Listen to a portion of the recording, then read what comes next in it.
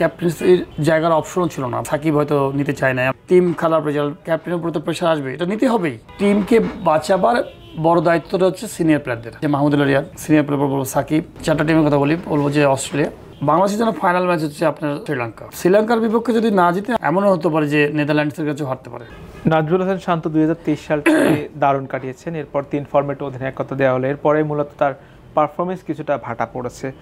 এটা কি আসলে ক্যাপ্টেন্সির চাপ ছিল কিনা, বা ক্যাপ্টেন্সির কারণে এমন হচ্ছে কিনা, বা আপনি আসলে তার ক্যাপ্টেন্সিটা কতটুকু মূল্যায়ন করছেন? দেখেন, আসলে তো ক্যাপ্টেন্সির জায়গার অপশনও ছিল না আপনার। তা আমি সাকিব হয়তো নিতে চাই না। আমি যতদূর মনে হয়েছে আমার সিনিয়র ওনাদের প্ল্যান হচ্ছে যে আমরা জাস্ট খেলবো, মাহমুদুল্লাহ নিতে চাই না এত। তো এছাড়া অপশন ছিল না। কিন্তু আমি বলবো যে শান্ত পারফর্ম করছিল, ক্যাপ্টেন্সি পেলো। ক্যাপ্টেনের জন্য আমাদের শুভকামনা থাকবে, আমার নিজেরও শুভকামনা থাকবে ওয়ার্ল্ড কাপের জন্য। কিন্তু আমার মনে হয় ক্যাপ্টেনকে হালকা করার জন্য ম্যানেজমেন্টের অনেক বড় দায়িত্ব। যে তাই সে যখন ব্যাটিং করবে, ক্যাপ্টেন যখন ব্যাটিং করবে সে তো batsman, not captain. Liton Das ধরেন ব্যাটিং করছে, লিটন দাস ব্যাটসম্যান। তারপর হচ্ছে ধরেন আপনি যদি উপরে তামিম ব্যাটিং করছে, জুনিয়র তামিম ব্যাটসম্যান। ক্যাপ্টেন্সি তো আসবে ফিল্ডিংয়ে ক্যাপ্টেন্সি আসবে।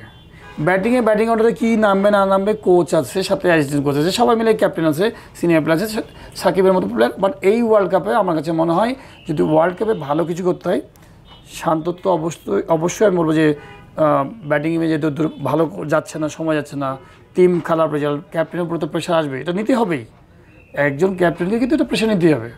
তো আপনার আলটিমেটলি ব্লেমটা তো আসবে ক্যাপ্টেনের কাছে, আসবে। কিন্তু আমি মনে করি এই ব্লেম থেকে টিমকে বাঁচাবার বড় দায়িত্বটা হচ্ছে সিনিয়র প্লেয়ারদের। সিনিয়র প্লেয়ার বলবো যে মাহমুদুল্লাহ রিয়াদ, সিনিয়র প্লেয়ার বলবো সাকিব। তাদেরকে একটা বড় কান্ডারি রোল পালন করতে হবে। যে এইভাবে মরে যাওয়ার চাইতে যে ঠিক আছে, এনারা জুনিয়র আছে, এই জুনিয়রগুলোকে আমরা উজ্জীবিত করব এবং আমরা ফ্রন্ট থেকে সামনে আগাবো, ওদেরকে দিয়ে আমরা পজিটিভ চিন্তা করব। সাকিবের ভালো কন্ট্রিবিউশন খুব ইম্পর্টেন্ট। মাহমুদুল্লাহর কন্ট্রিবিউশন, মাঠের শুধু নিজে পারফর্ম করলে হবে না, তাদের স্লোগান, তাদের যে মাঠের কথা বলা, যে চলো যাই মাঠে জিততে যাব, এই করতে যাব, তাদেরকে সাহস দেওয়া, পিঠে চাপায়, এই জিনিসগুলো তাদের দুজনের কাছে খুব ইম্পর্টেন্ট যারা সিনিয়র প্লেয়ার আছে। এই দলটা আসলে কতটুকু যাওয়ার সামর্থ্য আছে, বা আপনি এই দলটাকে কতটুকু দেখছেন বিশ্বকাপে, কোন স্টেজ পর্যন্ত? আমি মনে করি টুর্নামেন্টে যে কোনো জায়গায় যেতে পারেন। টি-20 টুর্নামেন্ট, এই টুর্নামেন্টে বাংলাদেশ টিম বলে না, আফগানিস্তান টিমও হয়তো দেখা গেলো যে ফাইনাল খেলতে পারে। শর্টার ভার্সনে খেলা, প্রত্যেকটা দিন ইম্পর্টেন্ট। যখন যে দিন উইকেট টুইকেট সব নিয়ে যদি ম্যাচ করে যাই 1 by 1, আপনি দেখবেন যে চলে গেছেন, ফাইনাল পর্যন্ত চলে গেছেন। কিন্তু এটা দিয়ে আপনি জাজ করতে পারবেন না যে আপনার ক্রিকেট অনেক ডেভেলপ করে গেছে। তো এটা একটা টুর্নামেন্ট, 20 ওভারে খেলা। 20 ওভারে খেলেই যে আপনি চ্যাম্পিয়ন, যেমন ওয়েস্ট ইন্ডিজ চ্যাম্পিয়ন হয়েছে অনেকবার।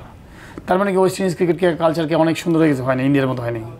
তো এইটা টুর্নামেন্টের মতো চিন্তা করতে হবে। এই টুর্নামেন্টের চ্যাম্পিয়ন হওয়ার জন্য আমাদের যে কোনো টিমের জন্য ওপেন আছে, প্রত্যেকটা ম্যাচকে আলাদাভাবে ভালো খেলতে হবে। বাট টোটাল ক্রিকেটকে ডেভেলপ করতে হলে আমাদের অবকাঠামোর অনেক উন্নয়নের প্রয়োজন আছে।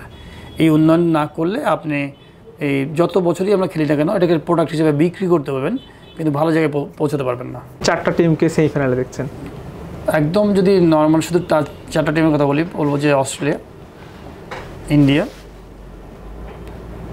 নিউজিল্যান্ড সবসময় সেমিফাইনালে চলে যায়। কিন্তু এমন একটা টিম, নিউজিল্যান্ড আর ইংল্যান্ড, পাকিস্তানের অনেক গ্যাপ আছে। এই 4টা টিমের সম্ভাবনা খুব বেশি। বাংলাদেশকে সুপার 8-এ দেখছেন কিনা? হ্যাঁ, অসম্ভব কিছু না। বাংলাদেশ কিন্তু সেকেন্ড সুপার 8-এ যাওয়ার অসম্ভব কিছু না, সম্ভাবনা খুবই বেশি আছে। বাংলাদেশের জন্য ফাইনাল ম্যাচ হচ্ছে আপনার শ্রীলঙ্কা। এই যে অনেক জড়তার মধ্যে বাংলাদেশ টিম আছে, এই জড়তাটা যদি কাটিয়ে যদি বেরিয়ে আসতে পারে শ্রীলঙ্কার সাথে, প্রথম ম্যাচটা যদি জিততে পারে, দেখবেন ইউনিভার্ন যে সাউথ আফ্রিকাকে বাংলাদেশ হারিয়ে দিয়েছে। তো এই জন্য প্রথম ম্যাচটা বাংলাদেশের ডু অর ডাই ম্যাচ। বাংলাদেশকে খুব সুন্দর ভালো ক্রিকেট খেলতে হবে। এবং আপনি যদি দেখেন যে এই ম্যাচটা যদি জিতে, দেখবেন যে সুপার 8-এ যাবে, এবং সুপার 8-ও হয়তো কয়েকটা ম্যাচ জেতার সম্ভাবনা আছে। অসম্ভব কিছু না, বিকজ শর্টার ফরম্যাটের খেলা। বাংলাদেশে একটা ডিফিকাল্ট টাইম পার করছে, প্লেয়াররা পারফর্ম করছে না, টিমের রেজাল্ট খারাপ, বিষণ্ণতা কাজ করছে। একটা পারফরমেন্স দরকার, দলগত একটা ইন্ডিভিজুয়াল দলগত পারফরমেন্স দরকার, একটা অ্যাচিভমেন্ট দরকার। যে টিমকে উজ্জীবিত দিতে হবে, সেটা যদি হতে পারে শ্রীলঙ্কার সাথে, তাহলে কিন্তু সুপার 8 সম্ভব। আর যদি শ্রীলঙ্কার বিপক্ষে না যেতে, শ্রীলঙ্কার বিপক্ষে যদি না জিতে, আমার কাছে মনে হয় যে তাহলে কিন্তু খুবই ডিফিকাল্ট টাইম পাস করবে। তাহলে আপনি এমনও হতে পারে যে নেদারল্যান্ডসের কাছেও হারতে পারে, বিকজ নেদারল্যান্ডস কিন্তু ভালো ক্রিকেট খেলছে, এবং নেদারল্যান্ডস কিন্তু এমন একটা টিম, তাদের অনেক আগে থেকে ক্রিকেট খেলে, এবং তারা কিন্তু প্রফেশনাল প্লেয়ার, দেখে বোঝা যায় তাদের ফিল্ডিং অ্যাটিটিউড, বোলিং, ব্যাটিং, তারা কিন্তু এমন একটা টিম যে কোনো দলকে ধরে দেওয়ার মতো। নেদারল্যান্ডসের কোচিং প্যানেলে বাংলাদেশের সাবেক দুজন কোচ আছে, রাসেল ডোমিঙ্গো এবং রায়ান কুক। এইটা কোনোভাবে বাংলাদেশের জন্য একটা হুমকি হতে পারে কিনা? অবশ্যই হুমকি না। দেখেন, দুনিয়াতে সবাই সব টিমের খেলার স্টার্ট নিয়ে বসে আছে, কার কোথায় স্ট্রেংথ, কার কোথায় দুর্বলতা, সবাই। বাংলাদেশে যে কোচগুলো আসছে তারা তো নিশ্চয়ই অন্য টিমের সাথে ছিল বা বিভিন্ন কোচ ইয়ে ছিল, এবং যখন আপনি কোনো প্লেয়াররা খেলে ইন্টারন্যাশনালি, তাদের সবার রেকর্ড হতে থাকে, এমনকি এই টিমে যারা খেলে। এগুলো আসলে থাকলে যে আপনি দিন শেষে মাঠে ইমপ্লিমেন্ট করতে হবে প্লেয়ারকে। তা আপনি তো ধরেন ইন্ডিয়া টিমের বিরাট কোহলি, রোহিত শর্মার অনেক খেলা দেখেছেন, টিভিতে অনেক দেখেছি, তা আউট করেন না কেন, পারেন না কেন? প্লেয়ার যদি ভালো পারফর্ম করে, কারো ক্ষমতা নেই। তো আপনি যদি একটা পিস্তলের গুলি চালান, তার কাছে একটা কামানের গোলা আছে। তো দিন শেষে প্লেয়ারকে পারফর্ম করতে হবে। আপনি হ্যাঁ স্ট্যাট ওয়াইজ দেখবেন কার কোথায় দুর্বলতা আছে, কার কোথায় স্ট্রেংথ, ওইভাবে ইমপ্লিমেন্ট করবেন। কিন্তু আপনি যদি দিন শেষে ইমপ্লিমেন্ট করতে না পারেন রাইট জায়গাতে, রাইট জিনিসটা, সাকসেস হবেন না। তো এই জন্য আমার মনে হয় যে বড়ো প্লেয়ারদের হয় কি, বড় প্লেয়াররা খুব কুল থাকার চেষ্টা করে, যখন ভালো খেলা কুল থাকার চেষ্টা করে, তাহলে তাদের বেসিকের মধ্যে থাকার চেষ্টা করে, তার বাইরে যায় না, এবং ওই বেসিকের মধ্যে থেকেই সেই ক্রিকেটটাকে তার ম্যাক্সিমাম ইউটিলাইজ করে। আমরা ধরেন হয়তো দেখা গেলো যে দুটো 4 মারলাম, ধুম করে দুটা তালি হেভি আওয়াজটা শুনলাম, ভালো লাগলো, এমন একটা ক্রস মারলাম, আউট হয়ে আবার চলে আসছি। আপনি তো ওই উইকেটের ভ্যালুটা বুঝতে হবে, যে আমি যে আউট হয়ে গেলাম, আমি আরেকটা নতুন ব্যাটসম্যানকে নামালাম, তার জন্য নতুন বল। তো এই জন্য আমরা সেটা কিন্তু ওরা সময় দেয়, মানে অনেক মানে বেসিক্যালি যখন ব্যাটিং করে দেখবেন যে ডিফিকাল্ট টাইম পার করছে, উইকেটে রান হচ্ছে না, সুইং করছে বা মুভমেন্ট করছে, ওরা সময় নিতে থাকে যে আমি যদি এরকম এই জায়গাতে ক্রস খেলে আউট হয়ে যাই বা বাজে খেলে আউট হয়ে যায়, নেক্সট ব্যাটসম্যান আরও ডিফিকাল্টের মধ্যে পড়বে। তো নিজেরা দায়িত্ব নেয় ইনিংস বিল্ড আপ করার জন্য।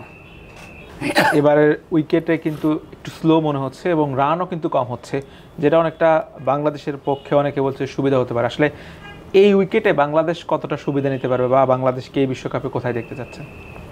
আমার মনে হয় যে দেখেন, উইকেট নিয়ে আসলে আমাদের কোনো অ্যানালিসিস করা উচিত না। ফার্স্ট, আপনি যদি ইন্ডিয়াতে খেলতে যান, 300 রানের মধ্যে উইকেট IPL হয়েছে। আপনি যদি বাংলাদেশে খেলেন, 150 রানের মধ্যে উইকেট হবে। ওয়ার্ল্ড কাপ যেখানে সেখানে তার মধ্যেই হবে। আমেরিকা নতুন জায়গা, ড্রপিং উইকেটে খেলাচ্ছে, সমস্যা কোথায়? আপনার অস্ট্রেলিয়ার জন্য যা, বাংলাদেশের জন্য তাই, ইন্ডিয়ার জন্য তাই, সবার জন্য তাই। উইকেট নিয়ে গবেষণা না করার চেয়ে উইকেটটা পিক করাটা ইম্পর্টেন্ট। এই উইকেটে কত রান হবে। আপনি যদি জ্ঞানীগুণী মানুষ হয়ে থাকে, তাহলে দেখবেন যে সাপোজ ইন্ডিয়া টস জিতে কিন্তু ব্যাটিং নিয়েছে, এই যে একটা প্র্যাকটিস ম্যাচ খেললো, সেই ম্যাচে কিন্তু মানে বিশেষ করে এই যে বাংলাদেশের সাথে ম্যাচে, আপনার খেয়াল আছে কিনা জানি না, টস জিতে কিন্তু বেসিক্যালি ফিল্ডিং নেওয়ার কথা ছিল, ওরা ব্যাটিং নিয়েছে। তারা নিয়েছে কেন?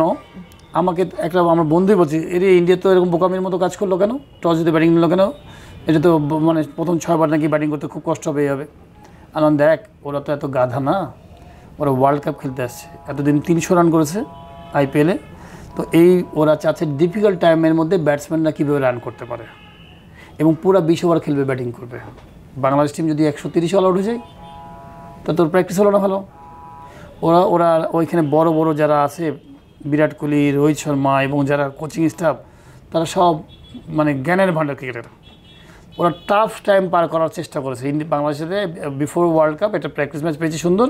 এই ম্যাচে আমরা 20টা ওভার খুব ব্যাটসম্যানদের জন্য যেন কঠিন সময় যায়, এর মধ্যে থেকে কি ব্যাটসম্যানরা কীভাবে রান করে দেখি।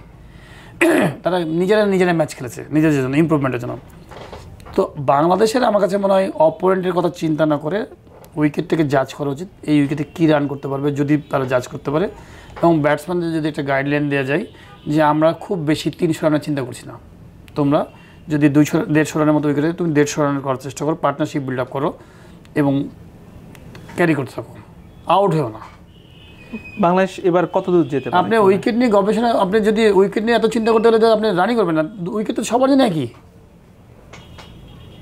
এবং আমি মনে করি যে ফার্স্ট ম্যাচটা খুব ইম্পর্টেন্ট, যেহেতু শ্রীলঙ্কার সাথে খেলা, গ্রুপে কিন্তু 4-5টা করে টিম হলেও আপনার অন্য টিম যেগুলো আছে সেগুলো টিম কিছুটা স্পিনে দুর্বল আছে, কিছু কিছু জায়গায় দুর্বলতা আছে, তাদের অনেক ল্যাকিংস আছে। সাউথ আফ্রিকা খুব ভালো খেলেছে ফার্স্ট ম্যাচ। সাউথ আফ্রিকাকে খুব ভালো টিম, কিন্তু সাউথ আফ্রিকা আনপ্রেডিক্টেবল টিম, আপনি জানেন কখন কী করবে ঠিক নাই। শ্রীলঙ্কা আমাদের সমান সমান টিম, শ্রীলঙ্কার অনেক ভুল করে, এখনও ওরকম গুছিয়ে উঠতে পারে নাই। এই ম্যাচটা আমাদের জন্য খুব ইম্পর্টেন্ট, যে এই ম্যাচটা যারা জিতবে তারা হয়তো সুপার 8-এ চলে যাবে, থ্রু হয়ে যাবে।